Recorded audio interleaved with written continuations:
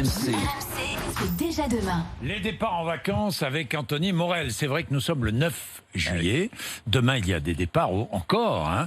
Les Français, quand même, partent en vacances. D'ailleurs, racontez-nous, vous êtes en vacances, vous partez, vous allez partir. 3216 rmc.fr. Bien, Anthony, bonjour d'abord. Bonjour, Anthony Morel. Un week-end de départ, donc qui se profile encore un. Attention sur la route. 6 automobilistes sur 10 admettent avoir déjà somnolé au volant.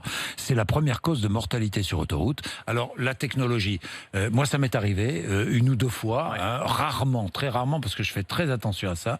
Mais aujourd'hui, la technologie nous aide quand même. Bien sûr.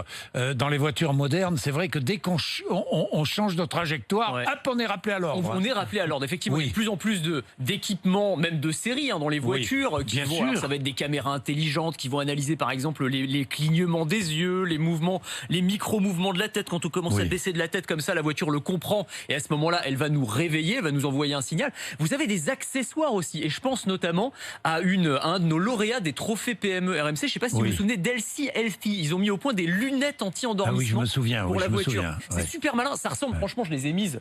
On fait pas la différence avec des lunettes classiques. Elles sont un tout petit peu plus grosses parce que vous avez de l'électronique dans les montures. Et en fait, vous avez des tout petits capteurs à l'intérieur qui vont analyser. Et bien là encore, vous avez un capteur infrarouge qui analyse les battements des yeux, des paupières, les micro-mouvements de la tête et même le bâillement. On va analyser les muscles du visage, les mouvements des muscles du visage et on comprend que tu commences à bâiller. Et à ce moment-là, évidemment, c'est pas très bon signe. Et donc les lunettes vont envoyer, alors pas un choc électrique, hein, mais une petite vibration pour vous dire, voilà, c'est peut-être pas le moment de s'endormir, quoi. Donc ça, c'est une des innovations. Il y a aussi des ceintures de sécurité intelligentes. Ah oui, exactement. C'est-à-dire qu'on va intégrer des biocapteurs dans les ceintures de sécurité ou dans le siège du conducteur qui vont analyser en temps réel la respiration, par exemple, du conducteur, son rythme cardiaque. On sait que quand ces indicateurs-là commencent à baisser, c'est pas forcément bon signe. Donc ça, ce sont des choses qui vont arriver. Et il y a même des équipementiers qui travaillent sur des systèmes où quand vous commencez à vous endormir, on va envoyer une bonne odeur de café dans l'habitacle pour vous réveiller. Vous imaginez, vous sentez l'odeur du café, c'est pas bon. Ça veut dire que c'est le moment de se réveiller, quoi. Et si le conducteur a bu ?